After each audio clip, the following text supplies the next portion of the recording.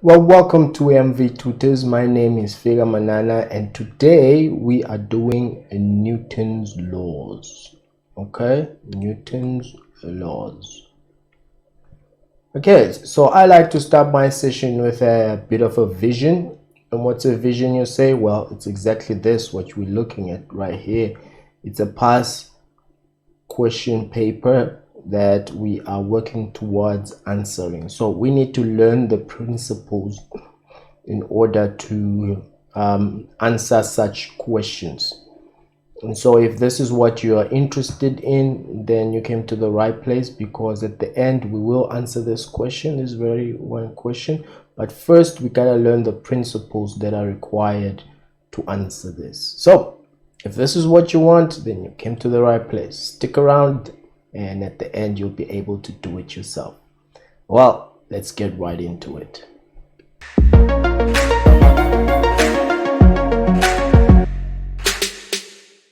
Okay, let's start with Newton's first law. Okay, Newton's first law. Okay, what does it actually say? Now, I want you to think of this. I want you to think of a trolley. Let's say you have a trolley. You're going to do a bit of shopping, and there is a trolley right there. Okay, like that.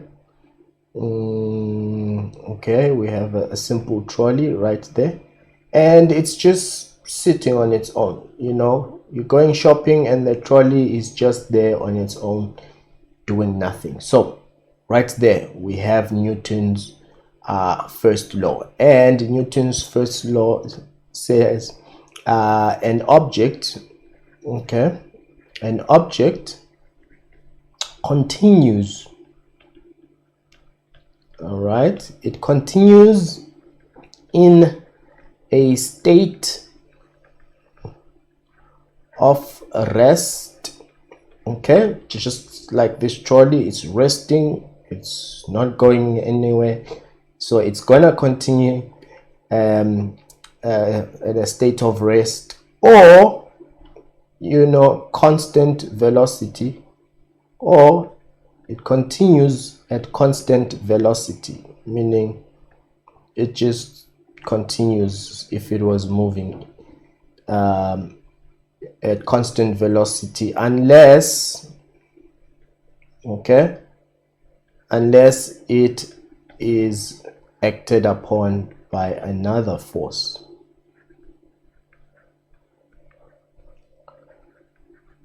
Okay, so that means the trolley is not going to move anywhere until someone comes to disturb it, someone comes to pick it and move it. Okay, so that's Newton's first law. What about Newton's second law now? Let's look at Newton's second law. Okay, so Newton's second law. Now let's say now the trolley. Okay, let's draw a trolley once again. Okay, there's our trolley right there. All right, and it's just a simple trolley. But now the difference is, now you have actually come as a human being, and you actually pick the trolley and you start pushing it. Okay, there you are. Okay, there you are. You start pushing it. That's Newton's second law. And what does it say? Newton's second law says that now there's something else I want you to think of when you think of Newton's second law. Newton's second law, you just have to go to your formula sheet and you will find a formula like this that says F net is equals to ma. Okay, mass times acceleration. So, but to describe Newton's second law, we actually use acceleration. So to make acceleration the head of the subject here, you divide by mass. So the net force divided by mass, just like that. So how shall we put this in words? Then we're gonna say, it says the acceleration, okay, the acceleration, remember we're still talking about the trolley, the acceleration of an object, that's the object, of an object is directly proportional, as you can see here, is directly proportional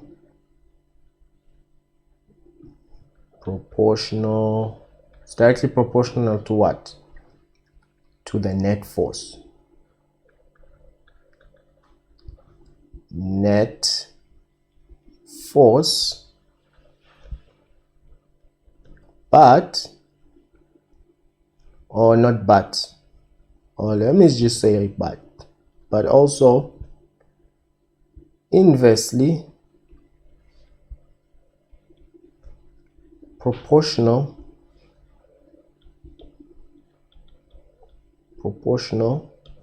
to what? To the mass of the object. Okay, as you can see from here, A is directly proportional to F net, but A also is indirectly proportional to the mass. So that in effect is Newton's second law. Now let's talk a little bit more now about Newton's third law. Okay, so how does it start? Let's write it down first. Newton's third law. Okay, what does Newton's third law say? Now we still the object that we're using is a trolley. Okay, so let's draw our trolley once again and give it wheels like that. Okay, so there's your trolley right over there. Okay, and then now the trolley is stuck between you as the human being. Okay, there you are, you're still pushing the trolley, but now you hit a wall. Okay, so there's you, and also there is a wall now. Okay, so there's a wall. So now let's say you are body A and the wall is body B. The object is that. Okay, the object is the the trolley. Okay, so now what's happening here? Newton's third law. So Newton's third law says if object A,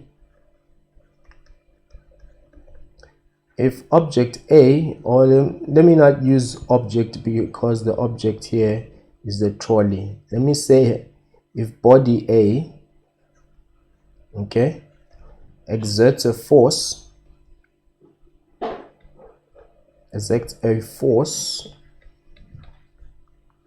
on body B. Okay, so A is you, B is the wall. Okay, so what happens here? Then body B exerts, okay, it exerts an equal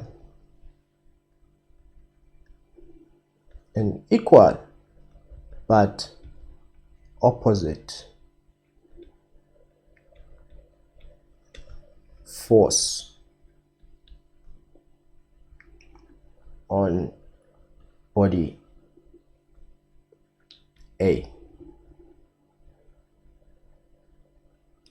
Okay, if body A exerts a force on body B, sorry, I forgot to include a B there, then body B exerts an equal but opposite force on body A. That's right. So that means if you are pushing with a force going that way, then the wall is essentially pushing the trolley as well going that way, and it's equal because the trolley is not moving, it's static, it's at rest.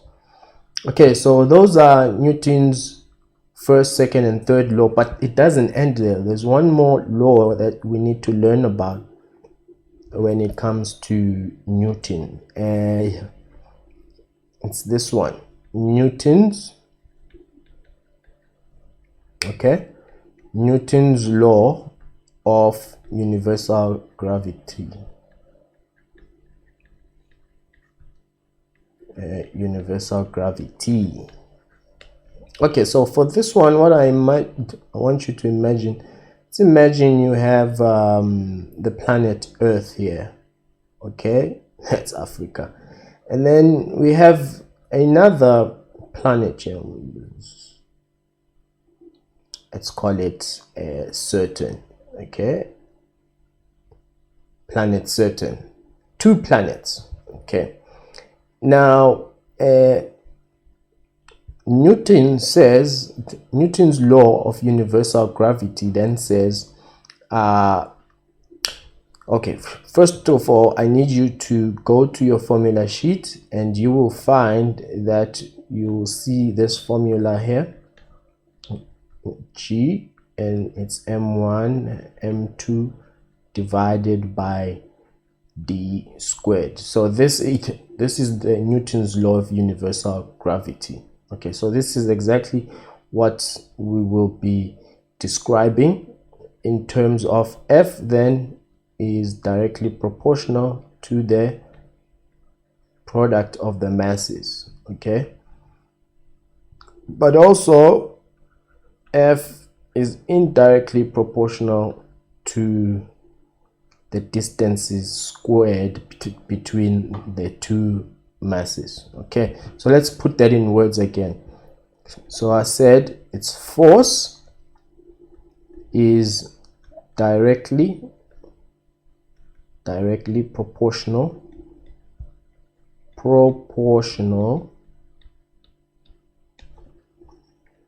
to the product, to the product of the masses. It's exactly like describing Newton's second law, that you use actually a formula from the formula sheet. Okay, and inversely proportional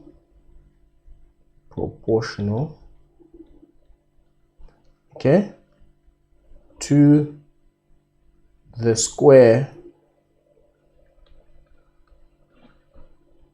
of the distances, the distance between them, and them is between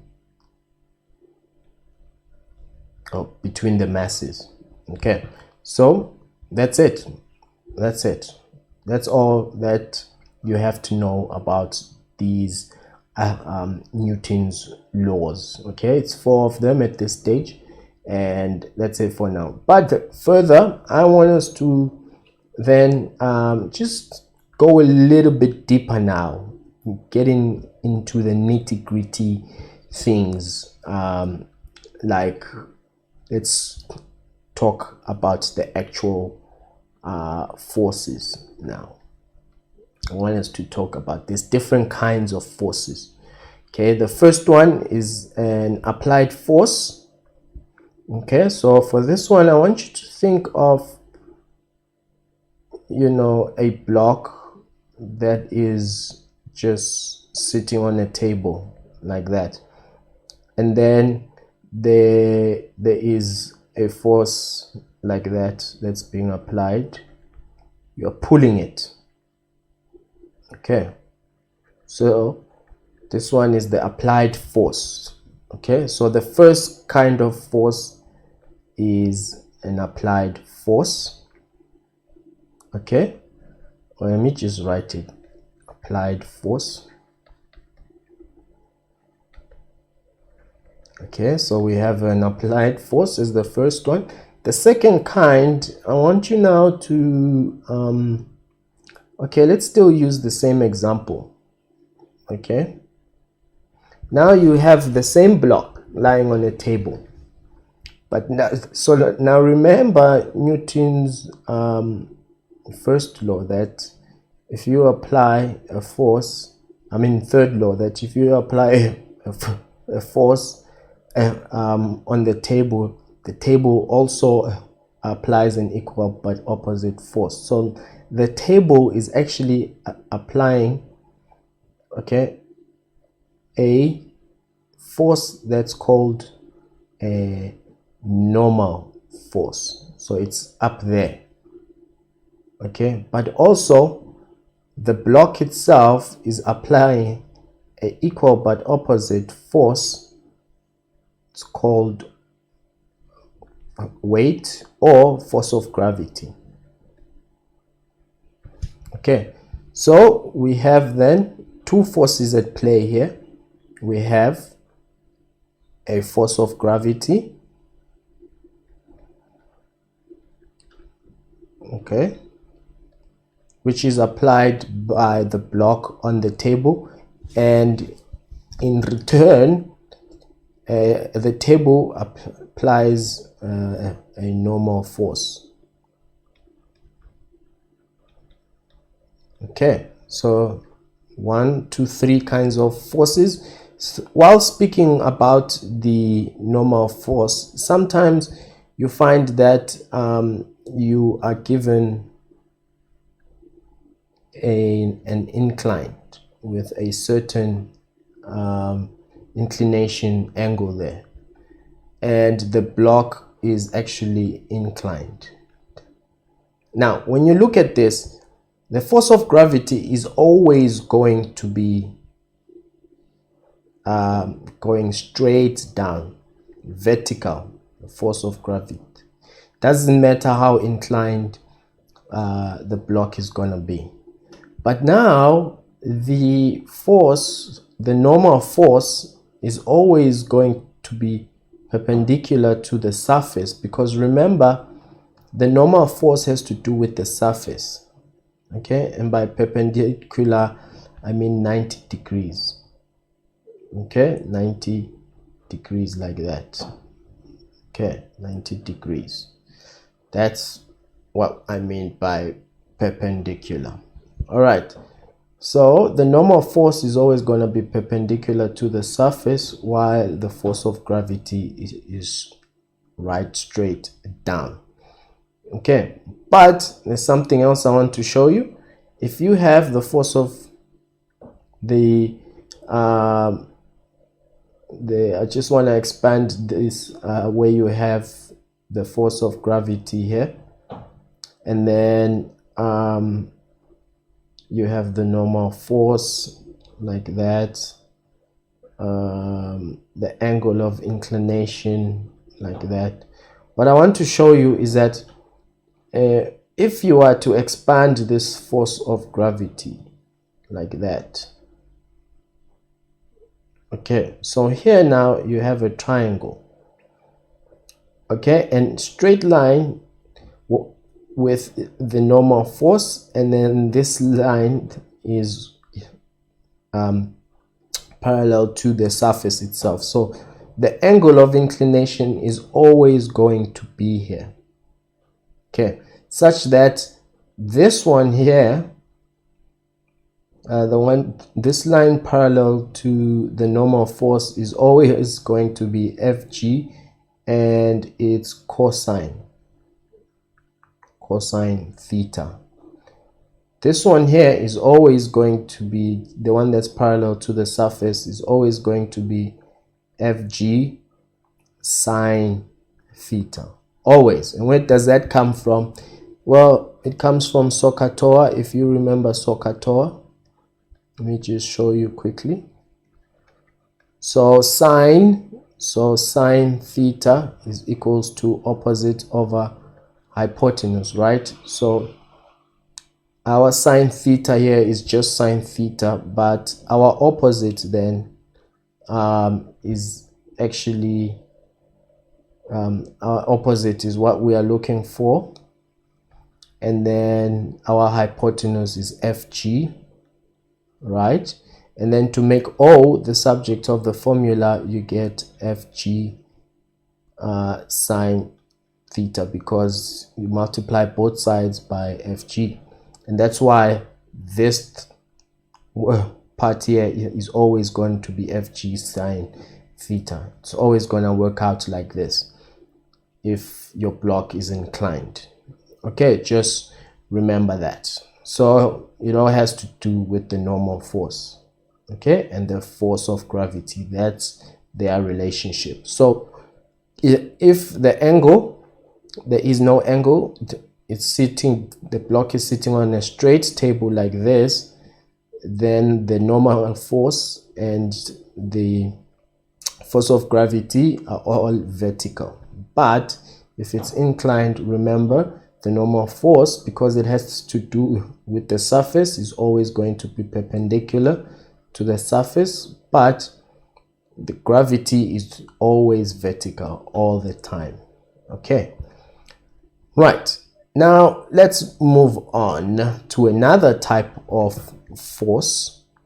Okay, now let's still use the same block on a table like that, and you're applying a force. There's a applied force here. Whenever you have an applied force and you know the block is moving that way, there is going to be a force on between the surface and the block, and that force we call it a friction force. Okay, so we also have a friction force.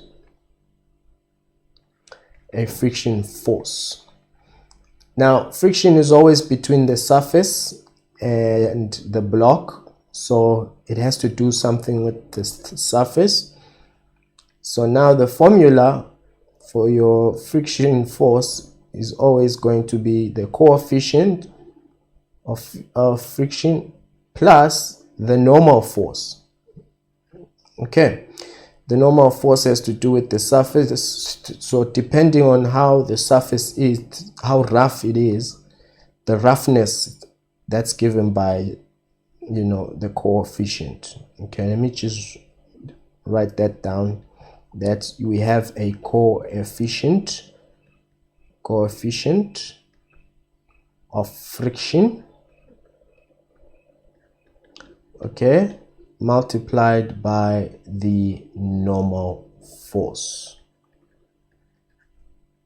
Okay, so that's how you solve the friction force. Okay, but just remember, we also have a friction force as another kind of force. And then let's still talk about that same block, you know, that's sitting on a table, but now that block is actually tied on a rope. Okay, let's say it's a 3-stranded rope like that, and it's being pulled that way. Okay, you're actually not just applying the force, but you're applying it with the rope. Now whenever there's a rope being applied, or a string or whatever, we call it a tension force. Okay, so we have a tension force. And what's a tension force? It's a force that's usually on a force on a rope, a string, you know, a chain, all those sorts of things. In exams, they like to use a string with their question.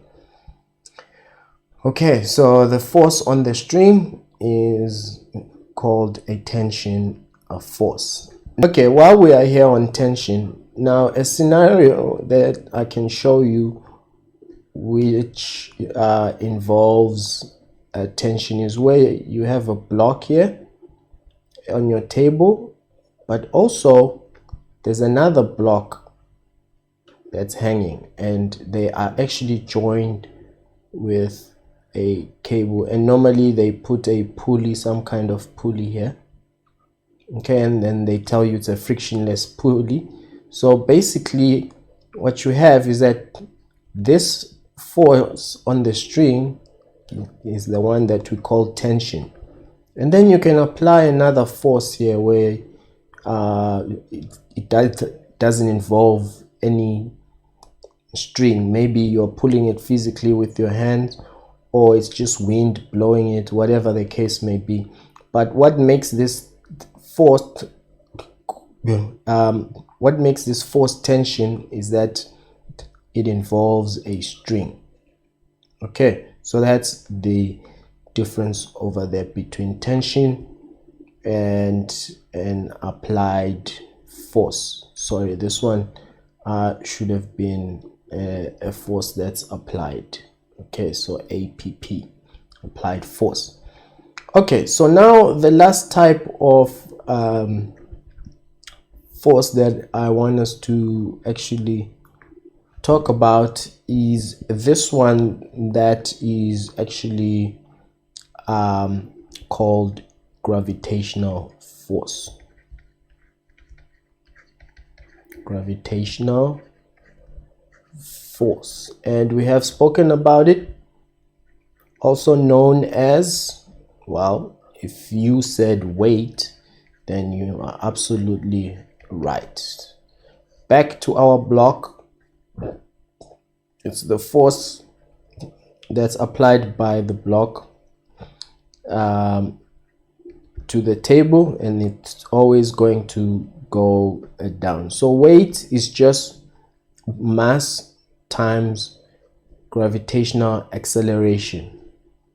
Okay, and gravitational acceleration is always given by 9.8 meters per second squared.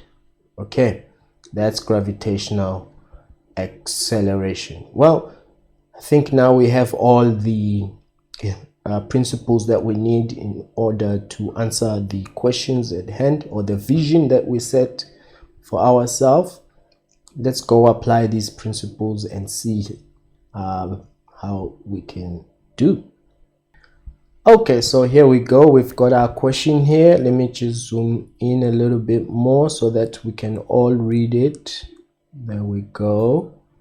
Okay, so it says a 20-gram block resting on a rough horizontal surface. Where's the 20? Okay, there it is, 20 kilograms, is connected to blocks P and Q by a light inextensible string moving over a frictionless pulley. Yeah, so there we go. So there's P and there's Q over there. Okay, string, so we're dealing with tension. Blocks P and Q are glued together and have a combined mass of M. Okay, so these are glued. All right, so what's the question? The 20-gram block experiences a frictional force of 5 newtons as it moves to the right. Okay, so this block is moving to the right, so let's take that way as positive, to the right, and it's moving at constant speed. Whenever you're given this word constant speed, that means acceleration is equals to 0. Remember, either at rest or constant speed or constant velocity, acceleration is always going to be 0.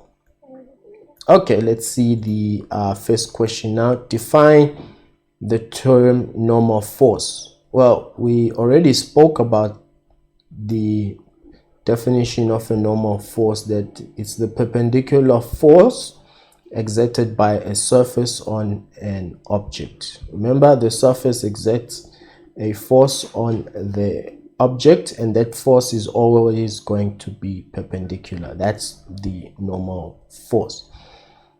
Okay, do you want me to write that down? Let me write it down just for your sake. So that was 2.1. What's a normal force? It's actually the perpendicular perpendicular. Okay, it's the perpendicular force exerted by a surface on an object. That's it. Cool. And then 2.2, draw a free body diagram of the 20 kilograms block. Okay, so a free body diagram. So we take the center of mass of the block and we make it a dot. Okay, just like that. And then we put the forces, because all these forces are actually acting at their maximum on the center of mass.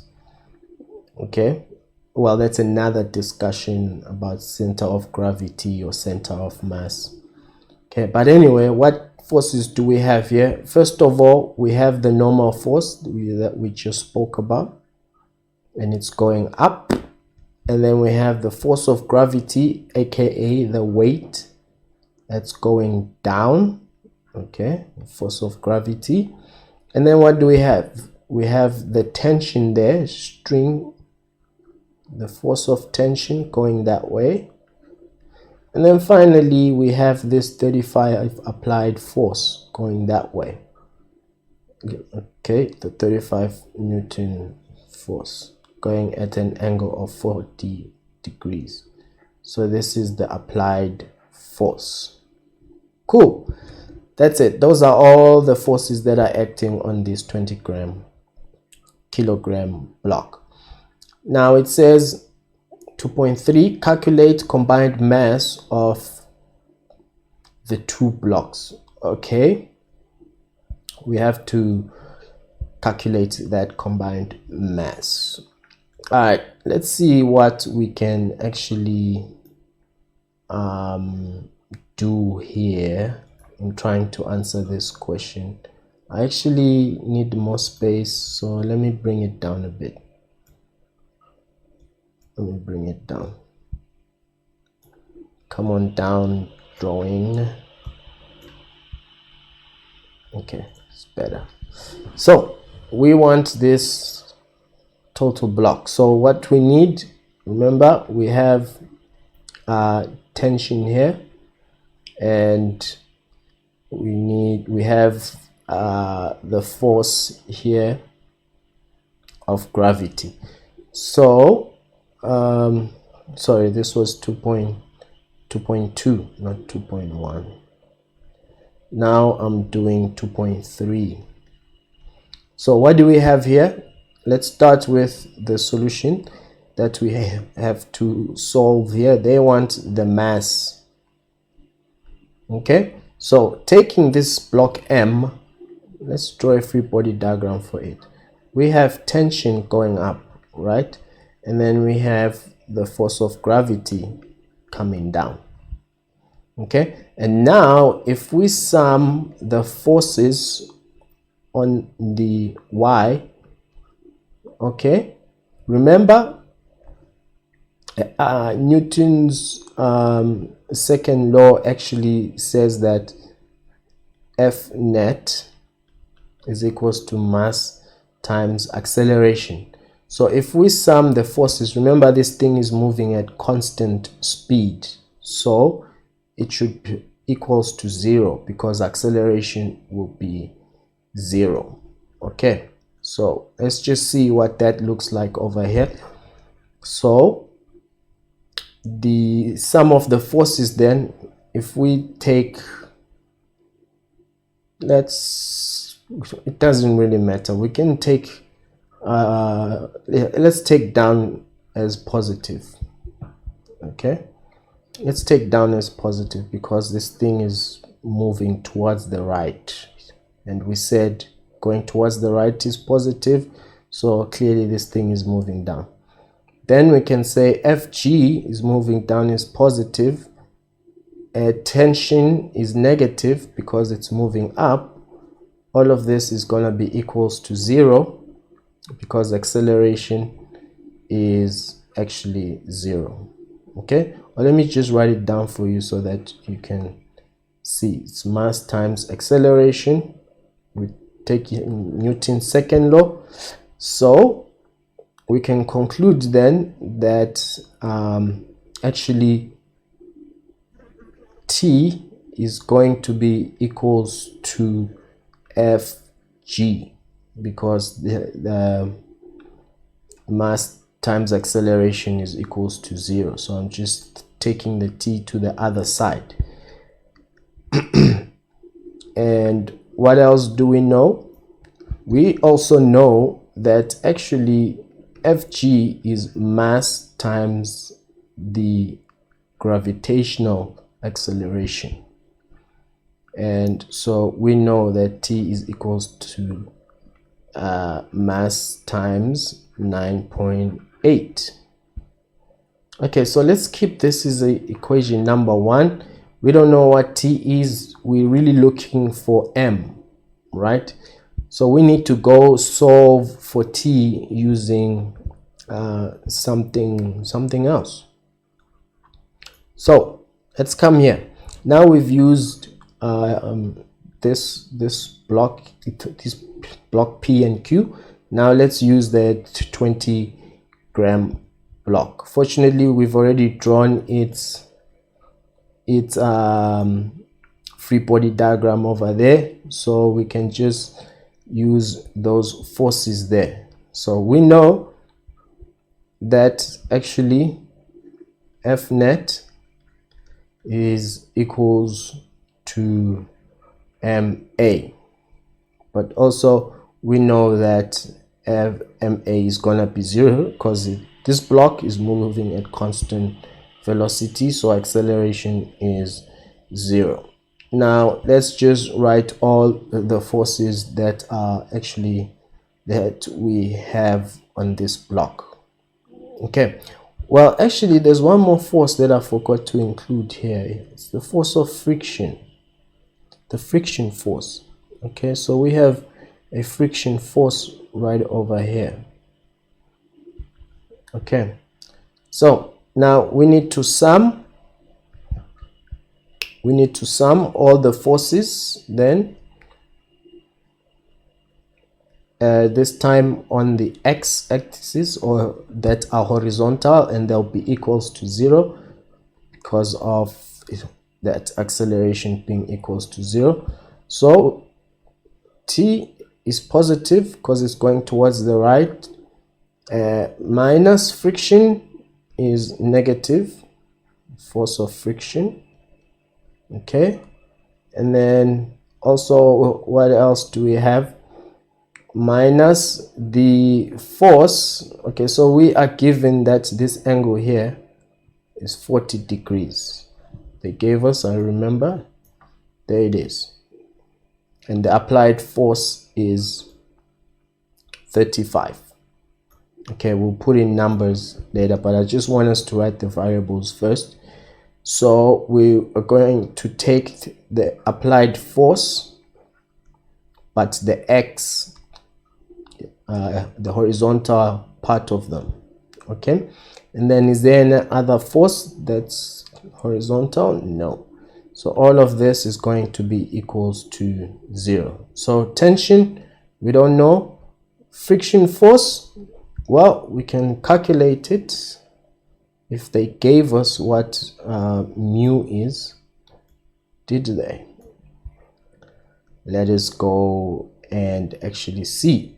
They said the frictional force, there it is, of magnitude 5 newtons. So we know friction is 5.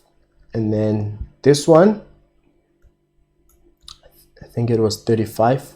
Okay, so that one, because we are interested on the horizontal part of it, we're gonna use 35 cos from SOHCAHTOA of 40 equals to 0. So then tension, we can simply solve it here. It's gonna be, take these numbers to the other side. It's gonna be 5 plus 35 cos of 40. At this point we need a calculator so that we can calculate this. So we're gonna say 5 plus 35 cos of 40. Let's close that bracket, and we get 31.81. So tension is 31.81. okay, that's tension. So that's equation number 2. Essentially we have our tension. So all I'm gonna do now is that I'm gonna take equation 2 and put it into equation 1. It's not really simultaneous equations, but it's just for explanation purposes to name it like this. So if I do that, remember I have T is equals to M 9.5, and I have T is actually 31.81, and that's going to be equals to M times 9.8.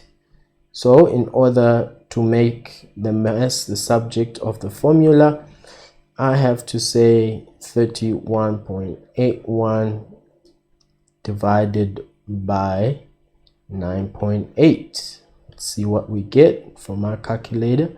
So I'm just gonna say divide by 9.8. okay, and I get 3.2. well, round this up to 2 decimal places, and I get 3.25. And what is the SI unit for mass? It's kilograms. So that's my final answer then for that question. It was a bit of a workout, but well worth it. Okay, all right, now let us go and see the next question. It says, at a certain stage of the motion, block Q breaks off and falls down. Okay, so Q, so what happens when it breaks off? As you can imagine, the mass gets lighter. Remember, this thing is moving at constant velocity, so you make the mass lighter. What happens? The block will start slowing down, or the acceleration up will start increasing. Basically, that's slowing down. So now they are asking, how will each of the following be affected when this happens? The tension in the string. Well, if you decrease mass, then the tension on the string will also decrease, because you have less mass now, so it must decrease. Think of it, the load is becoming lighter, so the force on the string also has to become lighter. It has to decrease as well, because this mass has just become lighter. And then it says here, the velocity of the 20-gram block. Okay, so what happens to the velocity of the block? The velocity of the block, well, basically also has to decrease. Okay, it also has to decrease. Why would the velocity decrease? Because remember, the velocity is currently going to the right. So if you lighten the load, what's happening to the acceleration now? It starts to decelerate or accelerate to the left. So the reason it decreases is because the block, okay, starts to accelerate right to the left. To the left, or you could say it starts to decelerate. Decelerate. Okay, so velocity decreases because the block starts to decelerate. Okay, that's it. Now, I hope you understood everything that we just did, but in the event that you didn't, please do contact me. I would love to be your tutor. All you have to do is go visit my website, www.mvtutors.co.za, or alternatively you can WhatsApp me on 076 312 1107. Well, before you do contact me, please speak to your parent or your guardian, because remember, at the end of the day, they are the ones who will be paying for my tutorial sessions with you. So they need to be involved from the beginning. Other than that, I hope you understood everything and I appreciate you.